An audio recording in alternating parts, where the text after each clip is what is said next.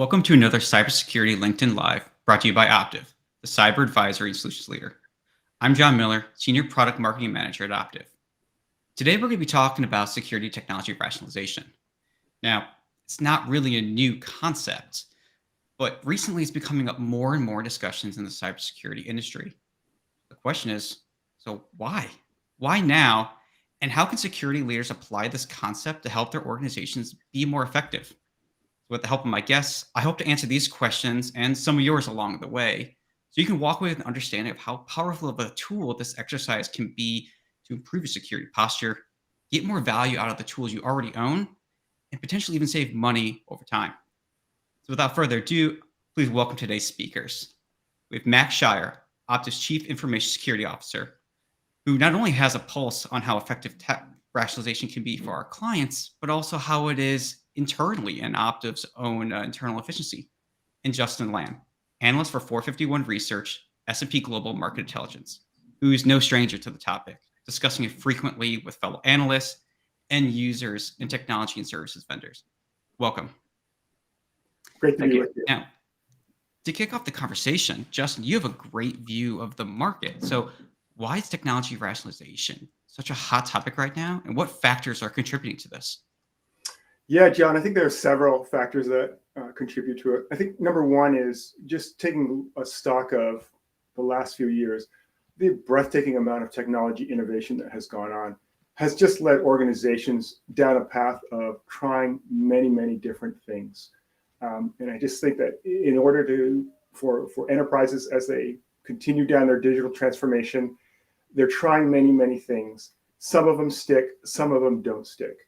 And I think coupled with that, now this rationalization process is undergoing where for enterprises, the cost of capital is now no longer free, right? So interest rates are rising, alternative investments, investors at the highest level are being putting more scrutiny on the dollars that they invest into enterprises that are going through this digital transformation. So in the process of doing so, everyone's looking at it and saying, hey, great, it was easier to innovate when the money was more free.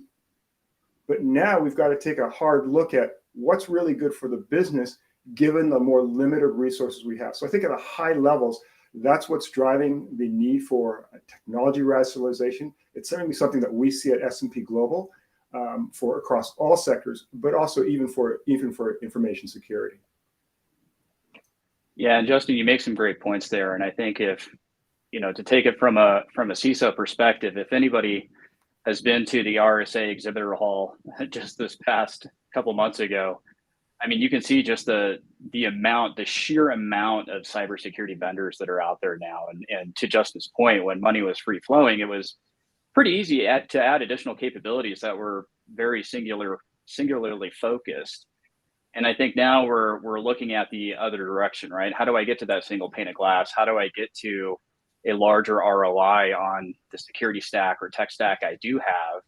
And a lot of that is going to surround around vendor consolidation, making sure that you have better integrations. How do you integrate those tools better into your 3-year roadmap, so that way the tools that you are implementing make sense? And identifying where you do have gaps, and then leveraging tech rationalization concepts and methodology to really integrate that into your day-to-day activities as a security professional.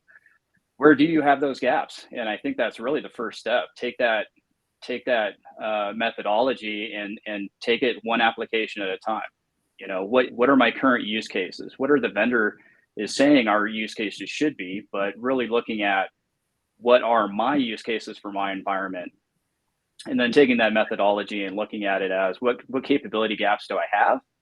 And then where can I leverage that tool or leverage other tools that integrate with that to make it, better for your environment, better for your tech stack, and better for you as a security professional? Because I think that's what's most important here is that, you take the tech rationalization methodology and you make your security program better because of it. Good point. You brought up some points about how people can get more value out of looking at the platform, the capabilities. Can you go into more detail about that? How can clients extract more value out of the tools they already own?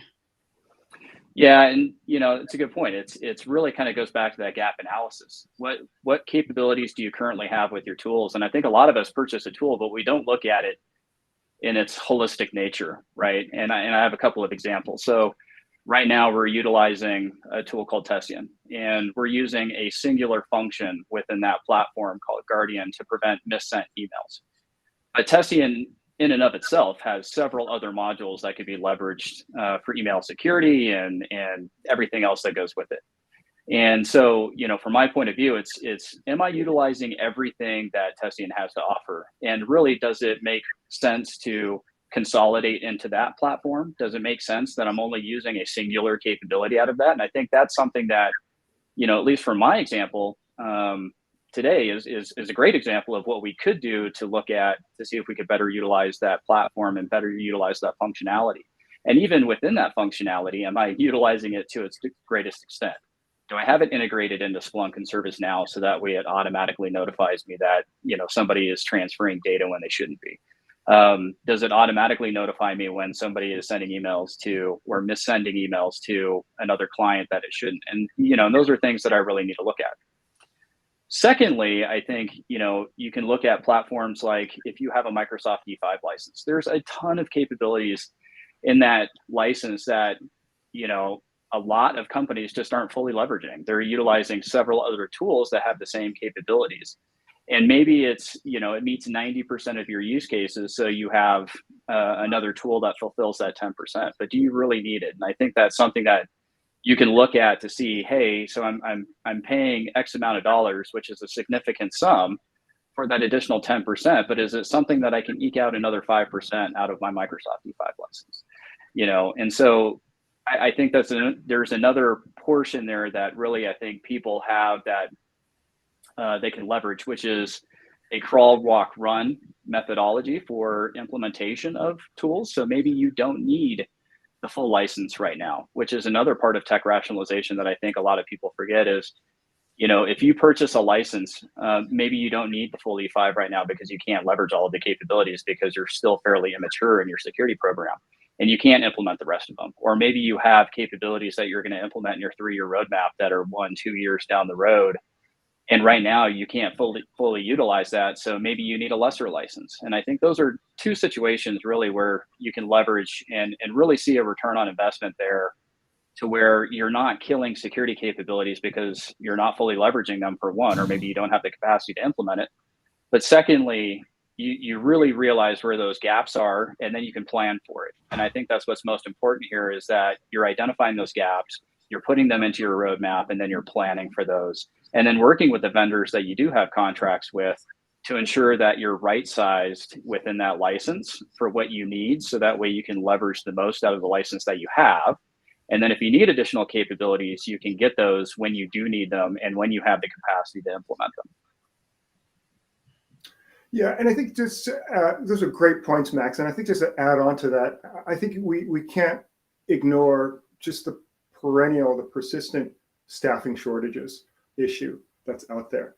And I really like what you said about this crawl, walk, run, because the tools out there, and to your point about the RSA show floor, yes, there are literally thousands of capabilities out there, and yes, many of them have, most of them have a great set of niche use cases to go address. The question is that can the team actually operationalize it?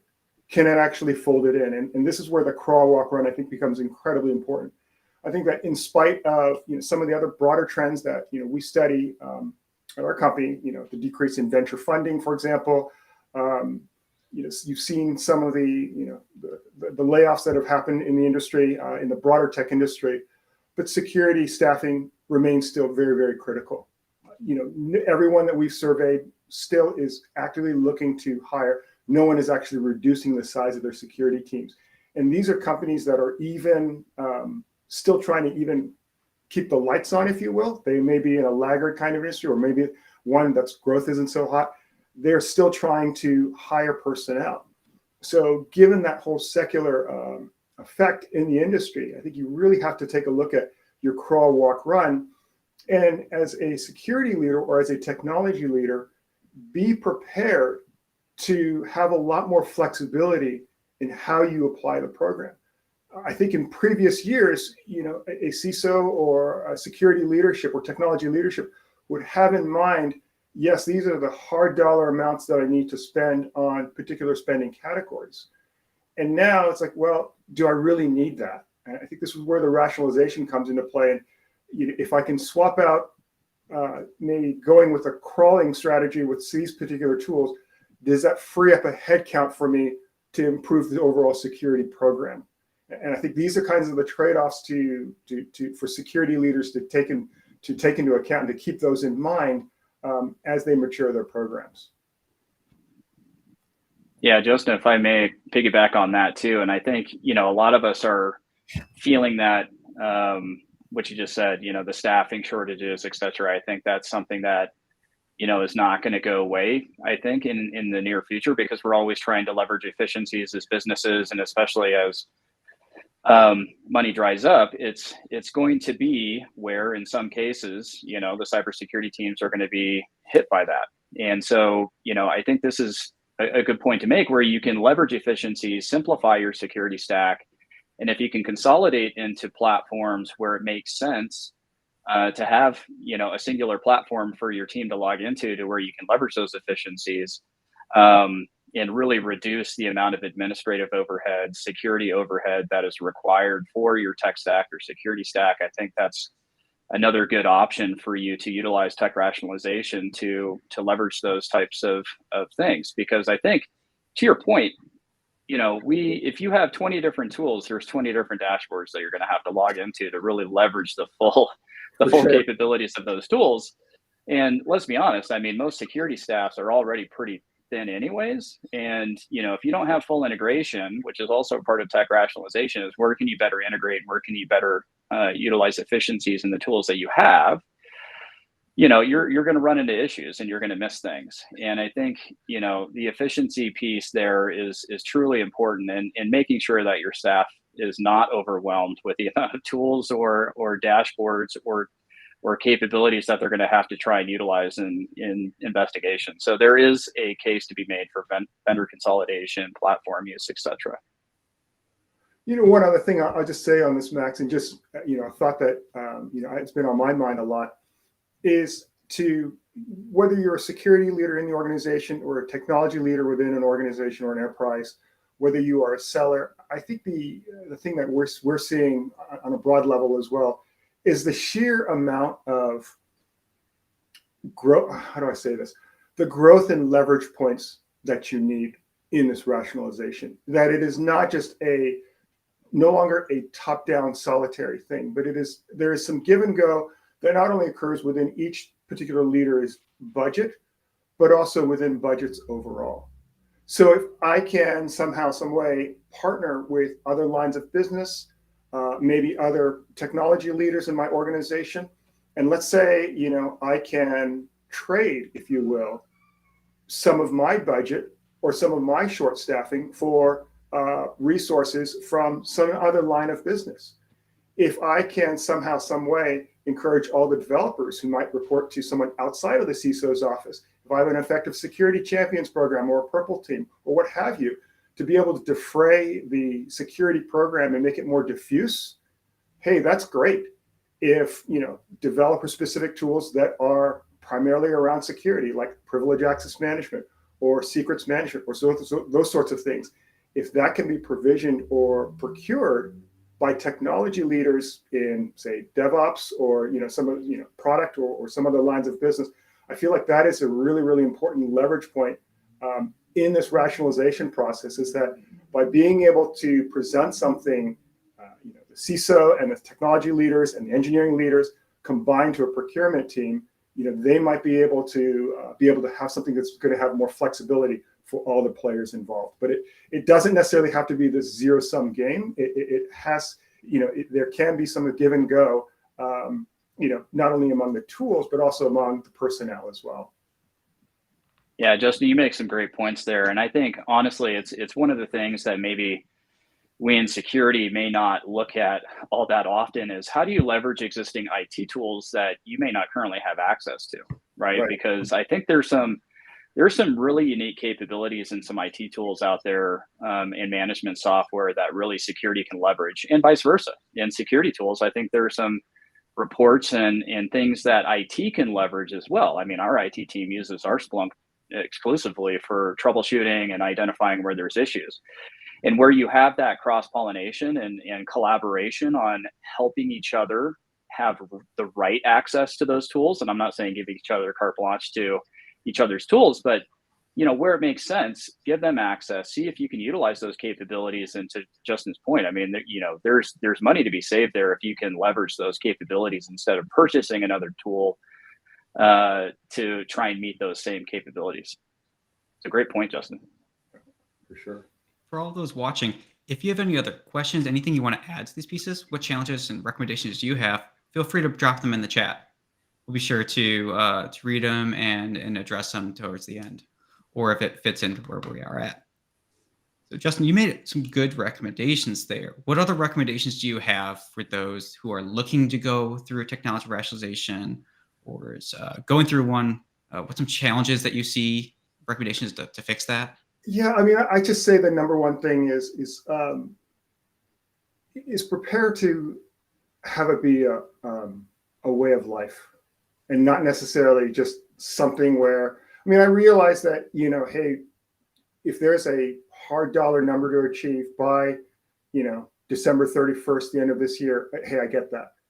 But I would just say that overall, I think for the good of the program and not necessarily of a particular project. Be able to take this discipline more holistically. I think that being able to consider, I'm always rationalizing based on what's good for the business. And I think that this is something where security teams are always trying to get a closer finger on what's good for the business, and they want that seat. And CISOs now have this board level responsibilities even at the highest levels. And I feel like that is, in order to keep earning that seat, I mean, being sensitive to what the needs of the business are, not only in terms of like, what is security going to cost, but moreover, what is security going to enable for the products and the services that the company delivers?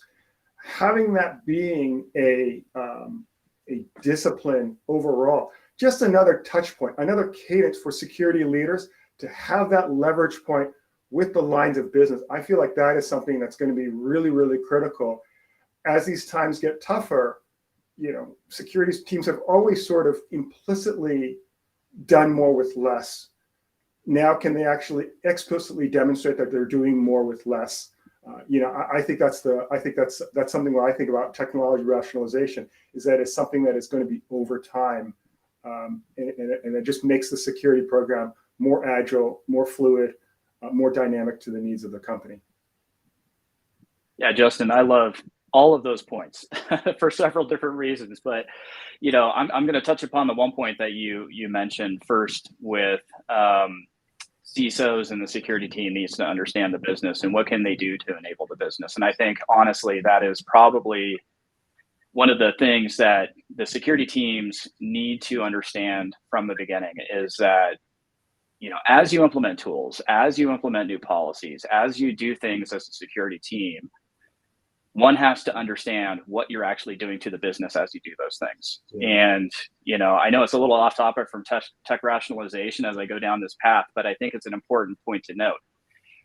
You have to keep that at the forefront of your mind, because if you really start ratcheting down on security policies, you could be doing something to the business that prohibits them from doing their work. And that is something that you don't want to do. You want to implement automation. You want to implement things that enable the business while still keeping your company secure.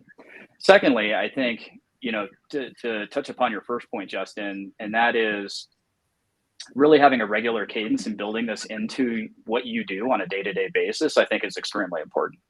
One of the things that I did when I first came on, and for those of you that don't know, I've only been at Optiv for 11 months. And so I'm still fairly new. Of course, that newness is starting to wear off. I can't use it. I can't blame my newness anymore, right? But one of the first things I did was, set up a 3-year roadmap. And part of that was identifying gaps and utilizing tech rationalization to understand what the maturity level of my security stack and team was, right? Because those both go hand in hand. It's not just the tools, but the team that you also have. And then secondly, meeting with the vendors on a regular cadence, whether it be quarterly business reviews with them or even on a semi-annual basis to understand maybe what new capabilities that they have. Because, obviously new capabilities are being implemented in vendor roadmaps all the time. And I think it's important to understand where they're at, not just with the vendors that you currently have, but also vendors that you're considering. And part of that tech rationalization is doing an assessment of what you have if you do have a license coming up. And so we've built that into our 3-year roadmap to say, hey, look, I have a license coming up for expiration. We need to start doing our assessment 6 to 12 months out. So that way I can properly assess, best of breed. Does it make sense to stick with the vendor that we have or with the incumbent? Do I have a platform I can move to? What are our current use cases and how did our use cases change from when we first bought the tool? And am I really utilizing everything that I could be as part of that tool or capability? And then what is the right path forward? And then taking that rationalization, looking at that gap analysis, and then implementing test cases into a test environment so that way you can truly understand what that tool does as far as your environment and how it meets those use cases. And I think to touch upon your earlier point with staffing, I think the two things that a lot of projects fail in and what we fail in maybe as a security career field is we don't put enough emphasis on professional services and training. And I think those are two things, especially in this resource constrained environment, are going to be pulled right off the bat is, well, if you've already used on-prem Splunk, you're going to have the knowledge to deploy it in Splunk Cloud, right? Well, the capabilities there are totally different. And it is a different tool. There's a lot of similarities there, but it is different enough to throw some wrinkles into your deployment. And so definitely look at professional services and definitely look at training and then fight hard to keep those because that's going to help you with your ROI and really reduce the issues that you have long term. Yeah, and I just think that, just to add on the training, and it's a little bit of a sidetrack from the tech rationalization, but I think it plays in the long term. That training DNA, I'll just say that training DNA is so important to address the staffing, is that, being able to recruit security professionals from other groups is sort of a pet project of mine. No one really, a lot of security professionals that we know, they didn't start out in security, but they somehow, some way they got to start some way. So being able to formalize that, to build that sort of farm team of talent is something that's really, really important to me. I'd like to see that happen. And ultimately, having that training DNA for the tools that you have, the professional services, having that handholding, it's not a sign of defeat. It is a sign of, no, we want to make this work. It is a pathway to success. The people who can help us the best are going to be the integrators, the professional services, the vendors to see us through so that we're successful, so that we have something solid to learn from. So I really can't, that point about the training really, really resonates with me personally.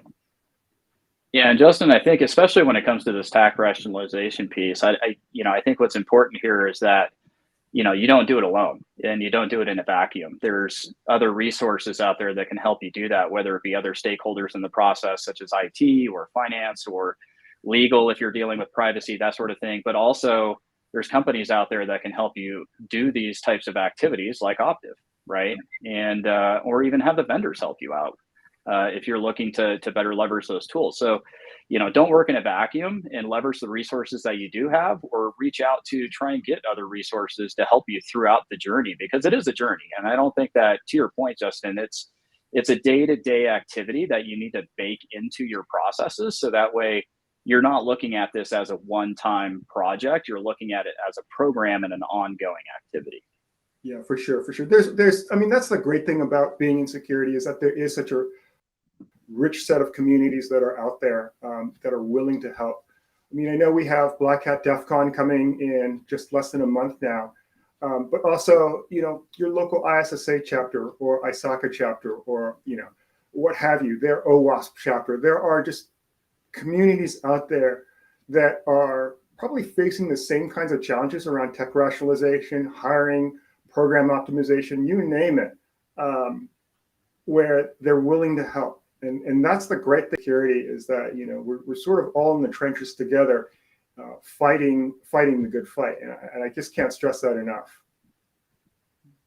Next, you mentioned earlier how working with the stakeholders, the other groups in the organization, how do you avoid internal politics when deciding on a tool to move forward?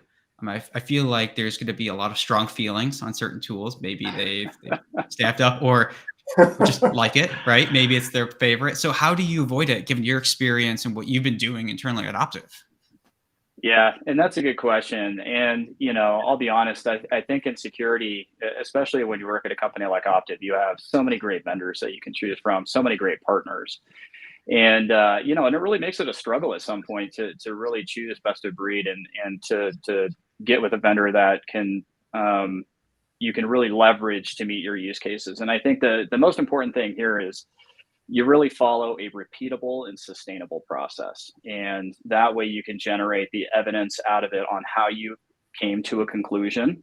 And that conclusion on a decision is then either communicated in a decision memo or other means that really makes everything transparent as far as the process. And I think that's what's most important. And when it comes to the politics, I think the biggest thing here is that there's transparency throughout the process, because that way there's,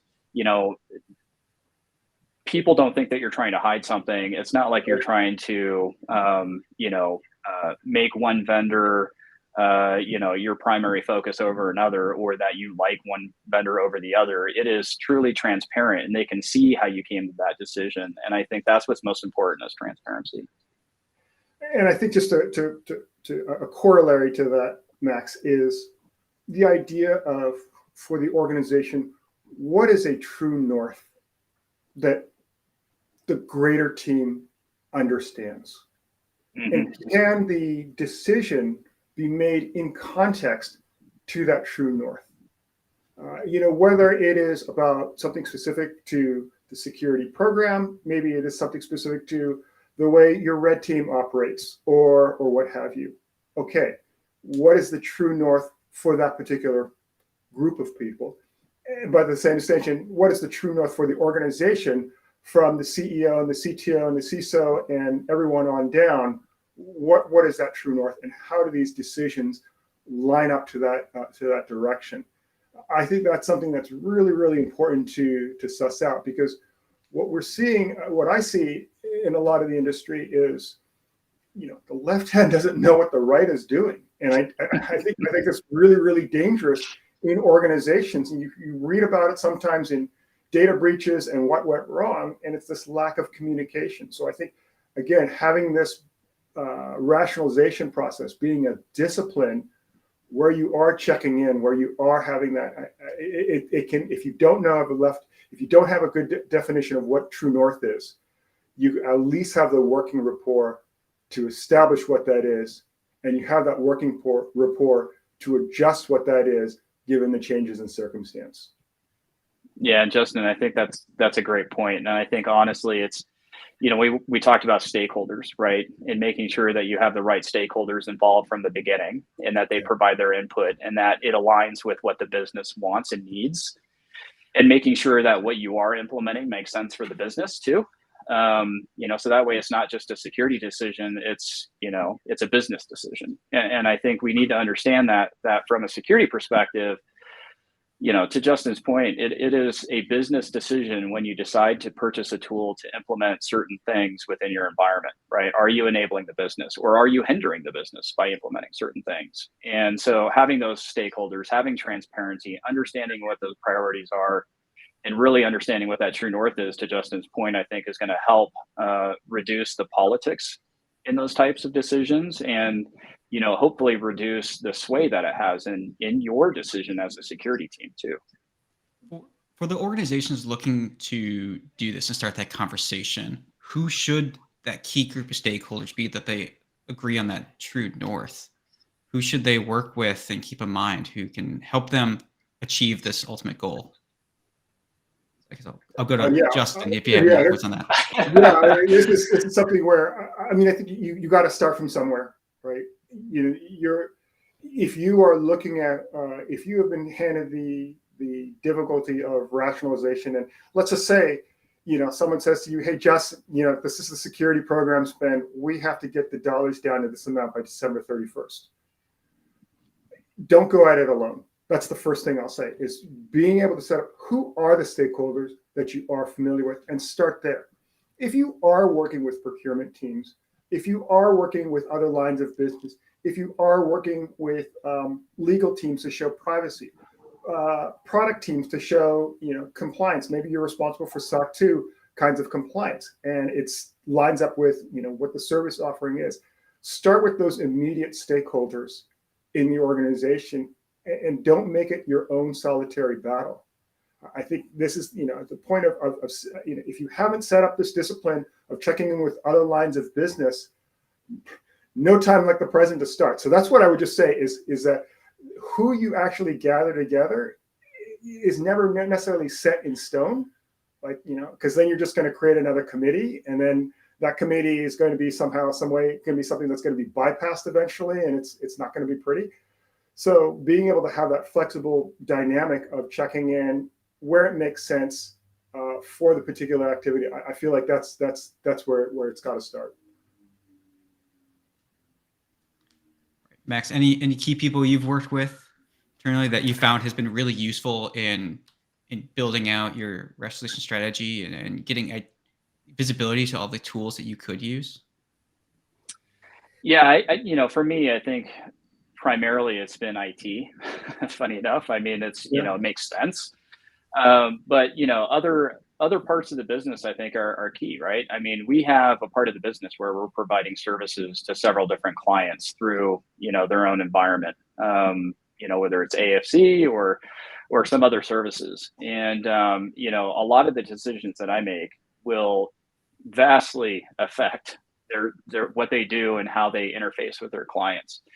And so, I don't start necessarily from the top. I reach out to the doers, and I think, to get a true ground level view of how this is going to affect them, and to make sure that they have input on what's going to happen within their environment. I mean, yes, you do go up through the chain and make sure that the right executives are involved in that type of decision, but I think it's also important to get that ground level viewpoint on things. I think a lot of what's missed when we look at stakeholders is your own security team. And it kind of makes sense, right? Yeah. The end users of the product really need to have a very good sense of what you're looking to do. You shouldn't be doing it in a silo, even within your own security team. Right. And so if I'm like, right now, we're going through our own budget exercise. And the first thing that I asked the entire team in my last team meeting was, what do you think we need? And what capabilities do you see we're missing? What do you not like about our current tool set that you think we can improve upon? And what do you think we should be moving to? And what are we not considering? And I think those are the types of questions that you need to ask, even of your own team, that could help you in that journey. And just know that the stakeholders involves everybody, even your own team at the lowest levels. To Justin's point, I think, we just need to make sure that we're not siloing ourselves, but also making sure that we're getting the right level of people involved, not just executives. And I think that's important too. For sure. That's a great point, Max, because you want to, as you build out these leverage points, there's nothing better than being able to have it reflect reality, and talking to the doers, talking to the folks that are getting stuff done, has so much weight to that story, to that desired leverage. I just think that's a great point that you brought up. So the final question here: what gets you excited about technology rationalization? I think when people first hear about it, they think, "Oh, it's cost cutting, it's removing capabilities." But what do you see, Max, as the opportunities here with it? Well, look, I think it's a way of life, honestly. And, when I first started in security, funny enough, I was selected to be our Six Sigma rep for our security organization. And so that whole constant improvement, or Kaizen, is really needs to be integrated into your day-to-day activities. And so I see several takeaways from tech rationalization and what you need to be looking at. Don't look at it as a cost-cutting measure. I think first and foremost, I think that is a benefit that comes out of it, possibly. But you could also, depending on the capabilities that you see that you need, it could be an increase in cost in some instances, right? Maybe it makes total cost of ownership is cheaper, but it may have a higher upfront cost. So, I wouldn't look at it necessarily just as a cost cutting measure. But I think there's several things that you can glean out of tech rationalization, and that is tech or security stack simplification. You can look at reducing redundancies in capabilities, which I think is also extremely important. How do you reduce that overlap in capabilities, and how do you leverage what you currently have, which could be a cost savings?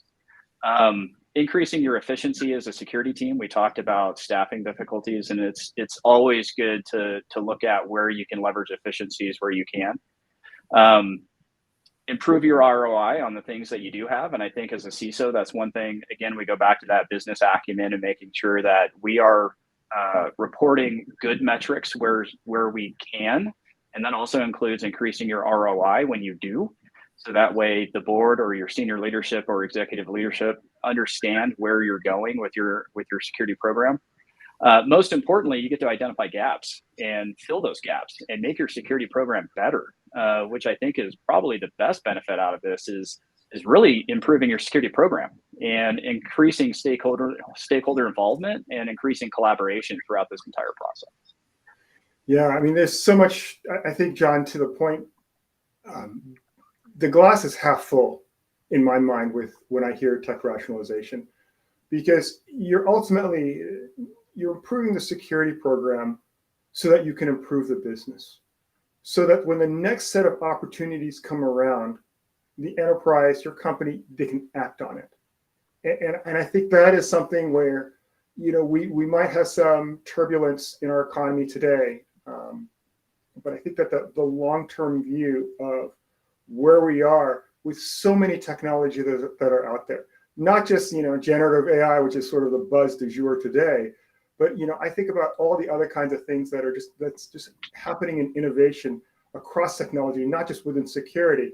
You want to have your company, your organization, your team, you be in the position to be able to take advantage of that. And so not being encumbered and not being burdened by, things that I should have taken care of or I should have optimized a long time ago, burden you for future pursuits.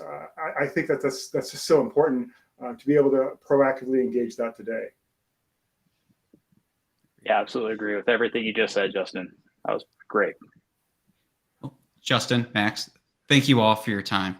I really appreciate the insights. I think everyone has something to take away with this. And now we see why it's such an interesting conversation happening in the marketplace. I think it's the time is right for it, right? And there's a lot of things people can do with it. So thank you for your time, Justin and Max. Really appreciate it. And thank you to all those watching. Thank you for joining Optiv for our discussion. If you're interested in learning more about technology rationalization, please visit optiv.com. And we'll see you all next time on Optiv's next LinkedIn Live. Grateful to have been with you. Thank you so much.